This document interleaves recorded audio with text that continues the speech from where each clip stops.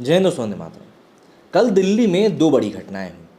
पहली घटना तो ये थी कि भाई आम आदमी पार्टी ने बता दिया कि एलजी ने उनकी फाइल अटका के रखी है, इसीलिए अब वो दिल्ली में फ्री इलेक्ट्रिसिटी नहीं दे सकते। इसके बाद खबर आती है कि भाई सीबीआई ने शराब नीति में पूछताछ के लिए दिल्ली के चीफ मिनिस्टर अरविंद केजरीवाल को नोटिस भेज दिया है। अब अगर आपको नहीं पता है तो पिछले कुछ दिनों से सोशल मीडिया पर इस तरह की बातें चल रही थी कि लगातार मोदी के ऊपर अरविंद केजरीवाल सिर्फ इसीलिए अटैक कर रहे हैं अनपढ़ अनपढ़ बोलते हुए, क्योंकि कहीं ना कहीं उनको ऐसा डाउट है कि उनके खासम खास रहे मनीष सिसोदिया ज़रूर मुंह खोल के कुछ ना कुछ बता देंगे। ऐसे में आज अरविंद केजरीवाल के ऊपर भी आएगी और उसी चीज़ की एक पूरी की पूरी मैकेनिज्म को क्रिएट करने के लिए उन्होंने अभी से पीएम के ऊपर हमला बोलना शुरू कर दिया और वही हुआ भी। जैसे ही इनको नोटिस भेजा गया, आम आदमी पार्टी के लोगों ने कहना शुरू कर दिया कि अब ये एक यूटी के चीफ मिनिस्टर को गिरफ्तार करने की तैयारी कर रहे हैं। एक एक करके इन सभी चीज़ों को समझते हैं और समझते हैं कि ये बिजली काटे जाने वाले मामले में और उसके बाद में सीबीआई से नोटिस मिलने वाले मामले में आखिर क्या कुछ मेलजोल हो सकता है। तो देखिए, दिल्ली में शराब घोटाला मामले में आम आदमी पार्टी की मुश्किलें लगातार बढ़ती जा रही हैं। खबर इस समय आई है कि भाई मनीष सिसोदिया के बाद अब सीबीआई दिल्ली के मुख्यमंत्री अरविंद केजरीवाल से पूछताछ करना चाहती है। इसके लिए सीबीआई ने केजरीवाल को समन भेजा है। मीडिया रिपोर्ट्स के अनुसार शराब घोटाला मामले में गिरफ्तार आरोपित दिल्ली के पूर्व उप मुख्यमंत्री मनीष सिसोदिया समेत अन्य लोगों से पूछताछ के बाद अब सीबीआई ने केजरीवाल को समन जारी किया है। इस समन में सीबीआई ने केजरीवाल को रविवार मतलब कि 16 अप्रैल को पूछताछ के लिए बुलाया है। बता दें कि इसी घोटाले में दिल्ली के उप मुख्यमंत्री रहे मनीष सिसोदिया की गिरफ्तारी 26 फरवरी 2023 को हुई थी। उसके बाद से उन्हें जमानत नहीं मिल पाई। राउज एवेन्यू कोर्ट में उनकी जमानत याचिका पर अब 18 अप्रैल को सुनवाई होनी।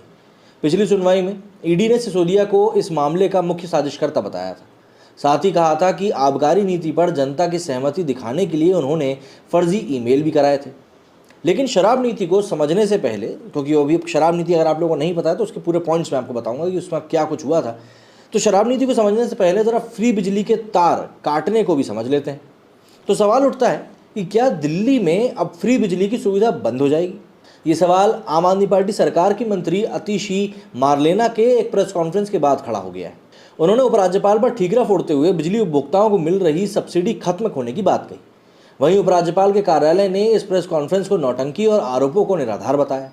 वैसे कुछ मीडिया रिपोर्ट्स ने कहा है कि अतिशी की प्रेस कॉन्फ्रेंस के कुछ घंटों बाद एलजी ने बिजली सब्सिडी वाली फाइल को मंजूरी दे दी। यदि ऐसा होता है तो उपभोक्ताओं को बिजली बिल पर पहले की तरह से छूट मिलेगी। अरविंद केजरीवाल सरकार की ऊर्जा मंत्री अतिशी ने शुक्रवार 14 अप्रैल को कहा कि दिल्ली के लोगों को दी जाने वाली बिजली सब्सिडी पर रोक लग गई। आज से दिल्ली वालों को फ्री बिजली नहीं मिल पाएगी। उन्होंने कहा कि अरविंद केजरीवाल की सरकार बिजली की सब्सिडी देती। इसके तहत 200 यूनिट तक बिजली फ्री होती है। 200 से 400 यूनिट तक 50% बिजली का बिल देना होता है, जिसके तहत वकीलों को, किसानों को, 1984 के दंगों के पीड़ितों को बिजली की सब्सिडी दी जाती है। आज से दिल्ली के लोगों को दी जाने वाली सब्सिडी बिजली बंद कर दी जाएगी। यानी आज से मतलब कि 15 अप्रैल से जो बिजली के बिल उपभोक्ताओं को मिलेंगे उसमें उन्हें सब्सिडी नहीं मिलेगी। अब तक जिनको जीरो बिल आता था उनको 15 अप्रैल से बढ़े हुए बिल मिलना शुरू हो जाएंगे। जिनको 50% फ्री छूट मिलती थी उन्हें भी बढ़े हुए बिल मिलना शुरू हो जाएंगे। सब्सिडी खत्म होने के कारण बताते हुए अतिशी ने कहा कि दिल्ली सरकार ने बिजली सब्सिडी जारी रखने का फैसला कैबिनेट की बैठक में लिया था, लेकिन उस सब्सिडी की फाइल दिल्ली के एलजी अपने पास रखकर बैठ गए। वो फाइल एलजी को भेजने के बाद उनके ऑफिस ने रोक रखी। जब तक फाइल एलजी के ऑफिस से वापस नहीं आती है तब तक आम आदमी पार्टी सरकार सब्सिडी का पैसा रिलीज कर ही नहीं सकती। आम आदमी पार्टी सरकार के दावों पर दिल्ली एलजी ऑफिस की ओर से भी जवाब आया। एलजी हाउस के अधिकारी ने बताया कि ऊर्जा मंत्री को सलाह दी जाती है कि एलजी के खिलाफ अनावश्यक राजनीति और निराधार झूठे आरोपों से बचें। उन्हें झूठे बयानों से लोगों को गुमराह करना बंद कर देना चाहिए। उन्होंने कहा है कि दिल्ली के मुख्यमंत्री अरविंद केजरीवाल और ऊर्जा मंत्री को दिल्ली की जनता को जवाब देना चाहिए कि इस संबंध में फैसला 4 अप्रैल तक लंबित क्यों रखा गया, जबकि समय सीमा 15 अप्रैल थी। एलजी को 11 अप्रैल को ही क्यों फाइल भेजी गई? 13 अप्रैल को चिट्ठी लिखकर और आज प्रेस कॉन्फ्रेंस करके नौटंकी करने की ज़रूरत क्या है? अब शराब नीति पर आते हैं। 15 पॉइंट्स में समझने की कोशिश करेंगे कि भाई दिल्ली का आखिर शराब घोटाला क्या है। शुरुआत करते हैं पहले से। तो देखिए, नवंबर 2021 में लागू की गई दिल्ली सरकार की नई शराब नीति के तहत राज्य में कुल 849 दुकानें खोली गईं। इस शराब नीति से पहले 60% दुकानें सरकारी और 40% प्राइवेट होती थी। वहीं घोटाले के लिए तैयार की गई शराब नीति में सभी दुकानें प्राइवेट कर दी गई। इससे सरकार को सीधी तरह से नुकसान हुआ। इसके बाद दिल्ली सरकार ने शराब बेचने के लिए मिलने वाले लाइसेंस की फीस कई गुना बढ़ा दी। L1 लाइसेंस पहले ठेकेदारों को 25 लाख रुपए में मिल जाता था। हालांकि नई शराब नीति लागू होने के बाद इसके लिए ठेकेदारों को 5 करोड़ रुपए देने पड़े। इसी तरह अन्य लाइसेंस के लिए भी फीस कई गुना तक बढ़ा दी गई। इससे छोटे ठेकेदार लाइसेंस ले ही नहीं पाए। इसका सीधा फायदा बड़े व्यापारियों को मिला। वहीं उप मुख्यमंत्री और आबकारी मंत्री मनीष सिसोदिया के कहने पर आबकारी विभाग द्वारा L1 बिडर को 30 करोड़ रुपए वापस कर दिए गए। दिल्ली एक्साइज पॉलिसी में किसी भी बिडर का पैसा वापस करने का नियम नहीं है, लेकिन सिसोदिया के कहने पर यह भी हुआ। वहीं कोविड काल में शराब कंपनियों को हुए नुकसान की भरपाई करने के नाम पर केजरीवाल सरकार ने लाइसेंस फीस में बड़ी छूट दी। वास्तव में सरकार ने कंपनियों की 144 करोड़ रुपए की लाइसेंस फीस माफ कर दी। विदेशी शराब और बियर के मनमाने ढंग से 50 रुपये प्रति केस की छूट दी गई। ये छूट कंपनियों को फायदा देने के लिए भी दी गई। वहीं दिल्ली सरकार ने नई शराब नीति के तहत राज्य को 32 जोन में बांटा था। इसमें से 2 जोन के ठेके एक ऐसी कंपनी को दिए गए जो ब्लैक लिस्टेड थी। शराब बेचने वाली कंपनियों के बीच कार्टेल पर प्रतिबंध होने के बाद भी केजरीवाल सरकार ने शराब विक्रेता कंपनियों के कार्टेल को लाइसेंस दी।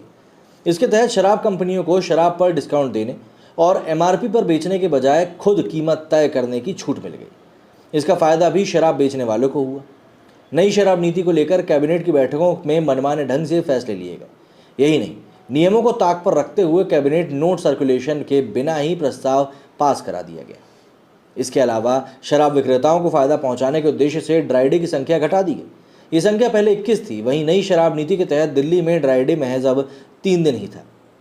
शराब ठेकेदारों को पहले 2.5% कमीशन मिलता था। वहीं नई शराब नीति के तहत इसे बढ़ाकर 12% कर दिया गया। इससे शराब ठेकेदारों को ही फायदा हुआ। वहीं सरकारी खजाने को लगातार नुकसान झेलना पड़ा। केजरीवाल सरकार ने दिल्ली के 2 जोन में शराब निर्माता कंपनी को रिटेल शराब बेचने की अनुमति दी। वहीं नियम यह है कि शराब निर्माता और रिटेल विक्रेता अलग अलग होगा। उपराज्यपाल से अनुमति लिए बिना 2 बार आबकारी नीति को आगे बढ़ाया गया। साथ ही मनमाने ढंग से छूट दी गई। इसका शराब कंपनियों ने फायदा उठाया। कैबिनेट की बैठक बुलाकर सारे फैसले ले लिए गए। दिल्ली सरकार ने बिना किसी ठोस आधार के टेंडर में नई शर्त जोड़ते हुए कहा कि हर वार्ड में कम से कम 2 दुकानें खोलनी पड़ेंगी। इसके लिए दिल्ली के आबकारी विभाग ने भी केंद्र सरकार से अनुमति लिए बिना ही अतिरिक्त दुकानें खोलने की अनुमति दे डाली। इसका शराब निर्माता कंपनियों ने सीधा फायदा उठाया। सोशल मीडिया, बैनर्स और होर्डिंग्स के जरिए शराब को बढ़ावा देने वालों पर दिल्ली सरकार ने कोई कार्रवाई नहीं की। ये दिल्ली एक्साइज नियम 2010 के 26 और 27 नियम का उल्लंघन है। वहीं आखिर में नई आबकारी नीति लागू करने के लिए केजरीवाल सरकार ने GNCT act 1991, transaction of business rules 1993, Delhi excise act 2009 और दिल्ली एक्साइज रूल्स 2010 का सीधे तौर पर उल्लंघन किया है।